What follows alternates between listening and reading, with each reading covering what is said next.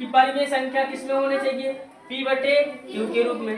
लेकिन यहाँ जो संख्याएं दी गई हैं जे अभी बटे में नहीं है, तो पहले तो इन संख्याओं को हम किसमें बनाएंगे, बटे में बनाएंगे। अर्थात जिनके बीच में हमें परिमेय संख्या ज्ञात करना है उन्हें लिखेंगे। यानी कि 1 के बीच में यहाँ लिखा हमने हल, फिर लिखेंगे 1 और किसके बीच में, 2 के बीच। 1 और 2 लिख दो। अब इन्हें पहले तो क्या कर दो, परिमेय संख्या बना लो। अगर किसी भी संख्या को हमें भिन्न के रूप में बनाना है तो बताओ क्या करते हैं, नीचे बटे में क्या लगा देते हैं, 1 लगा देते हैं। ये तो सबको पता है।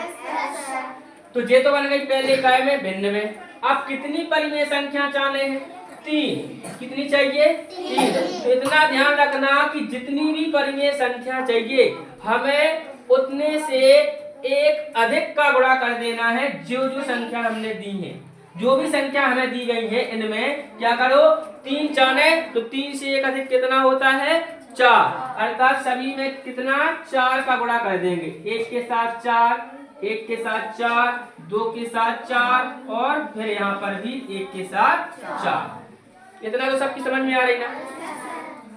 जैसे कि 1 तथा 2 के बीच में 3 परिमेय संख्या चाहिए थी, तो हमने 1 और 2 लिखा, ठीक है। फिर क्या किया, इन्हें परिमेय बनाया। परिमेय मतलब बटे में लाओ तभी परिमेय माने जाएंगे, तो बटे बनाया। बटे में लाने के बाद 3 चाहिए थी, 3 से एक अधिक मतलब 4। 4 का गुणा ऊपर नीचे दोनों संख्याओं में किया।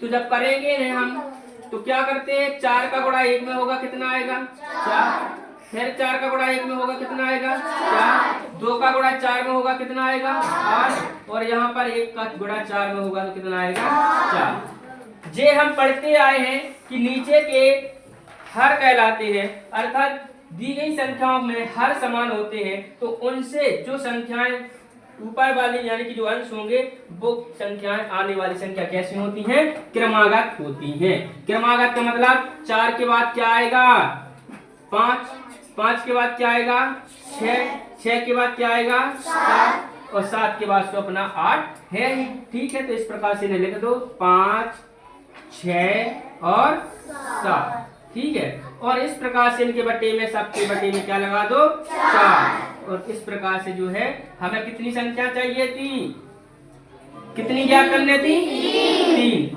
5/4, 6/4, 7/4। अब इसका कोई जरूरत नहीं है, इसकी भी कोई जरूरत है नहीं है, तो ये अपना क्या हो जाएगा, आंसर।